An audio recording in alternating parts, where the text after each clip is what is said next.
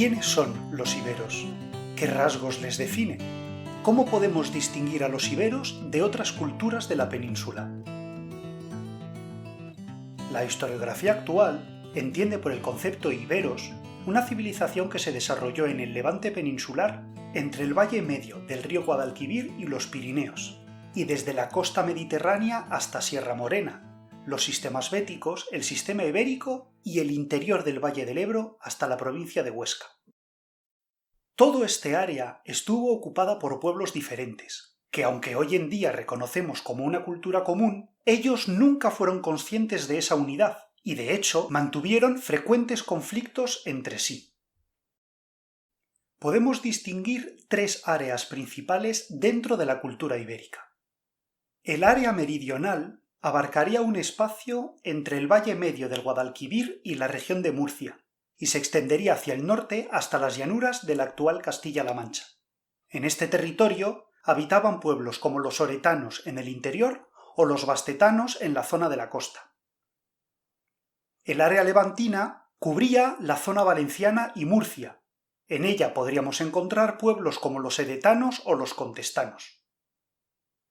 El área catalana abarcaría toda la comunidad autónoma y se adentraría en el interior hasta la región de Huesca y el valle medio del Ebro, con pueblos como los ilergetes o los ausetanos. Dentro de estas regiones podemos encontrar dos alfabetos ibéricos distintos. Esto puede indicar que existían dos dialectos o idiomas locales. En la zona valenciana y catalana encontramos el alfabeto noroccidental o levantino. En la zona meridional de Andalucía y Murcia encontramos el alfabeto con el mismo nombre. El desarrollo de la cultura ibérica puede dividirse en una serie de etapas diferenciadas. La primera etapa, conocida como protoibérico o período orientalizante, abarcaría aproximadamente la duración del siglo VII antes de nuestra era. Esta es una etapa de formación, en el momento en que la influencia de las colonias fenicias que habían ocupado el sur peninsular comenzó a afectar al desarrollo de las poblaciones locales, para provocar la aparición de Tarteso y más tarde su caída. La segunda etapa, conocida como Ibérico Antiguo, es el periodo formativo de la cultura ibérica y ocupa aproximadamente el siglo VI a.C. En este momento se distingue la formación de una serie de monarquías de carácter sagrado y asistimos al surgimiento y consolidación de los óppida, que van a ser las ciudades ibéricas características.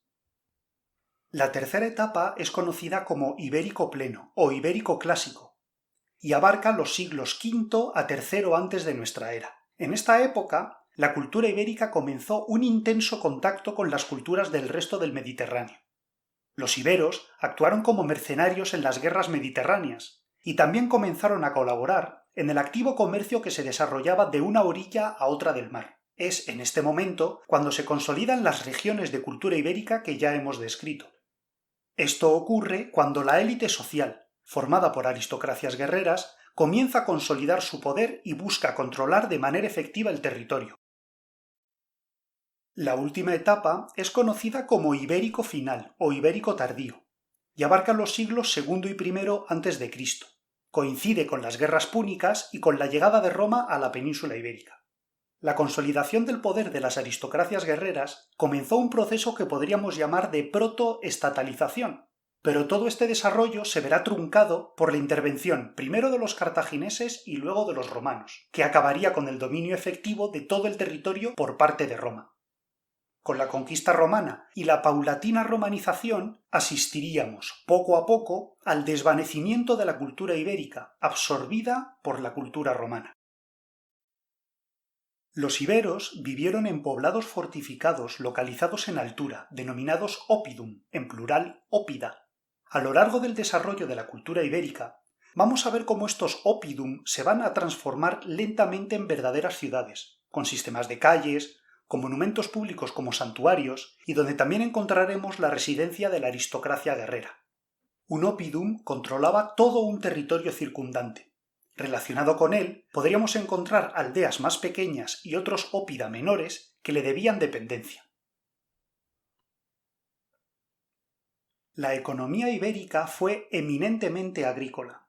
Los iberos se dedicaron a cultivar sobre todo cereales, y también otros productos importados como la vid o el olivo. Los iberos consiguieron y controlaron la excedencia de producción de cereal para volcarlo al comercio con el Mediterráneo. Los comerciantes griegos y fenicios intercambiaron este cereal por materiales de lujo traídos del Mediterráneo oriental. La aparición de la acuñación de moneda por parte de muchas ciudades ibéricas a partir del siglo III a.C. demuestra cómo esta cultura comenzó a relacionarse con los sistemas monetarios y de intercambio que funcionaban en el resto del Mediterráneo.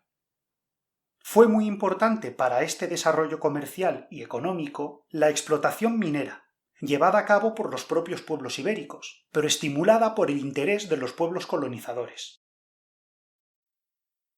La sociedad ibérica estaba fuertemente jerarquizada. El control social estaba ejercido por una aristocracia militar que tenía en el uso y exhibición de armas un reflejo de su poder.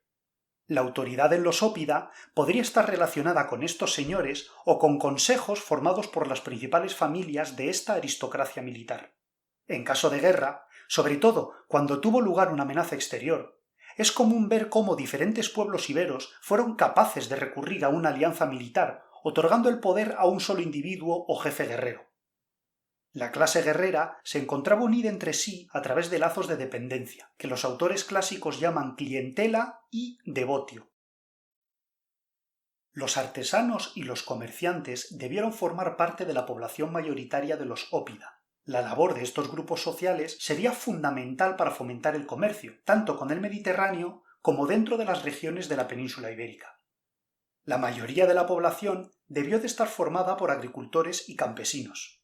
Las personas dedicadas a las labores agrícolas debían concentrarse en aldeas o en ópida más pequeños, siempre en sitios cercanos a donde ellos desarrollaban su labor. Estas personas podían estar controladas por familias de la nobleza menor, que eran clientes de la nobleza que habitaba en el oppidum capital.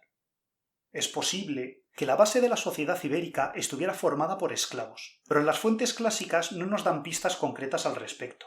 En caso de que existieran, estos esclavos procederían de la guerra o vendrían del comercio de esclavos con otros pueblos, tanto dentro de la península como del Mediterráneo. Es posible que estos esclavos fueran dedicados en gran parte a la explotación de las diferentes minas del territorio peninsular. Los iberos poseían un panteón de divinidades que hoy en día todavía no nos es muy conocido.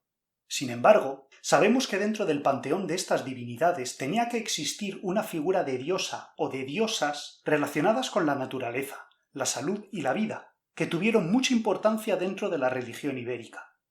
En el ámbito funerario, eran muy importantes las representaciones de criaturas mitológicas y otros animales. Es posible que estas figuras representaran atributos de dioses que hoy en día no podemos identificar. El mundo funerario ibérico sí que es, sin embargo, una parte de su religión que podemos identificar muy bien. Sabemos que practicaban el ritual de la incineración y que situaban los huesos de la cremación en urnas enterradas en el suelo. Sobre estos enterramientos podían construirse monumentos funerarios que servían para resaltar la autoridad o la relevancia de quien estaba allí enterrado.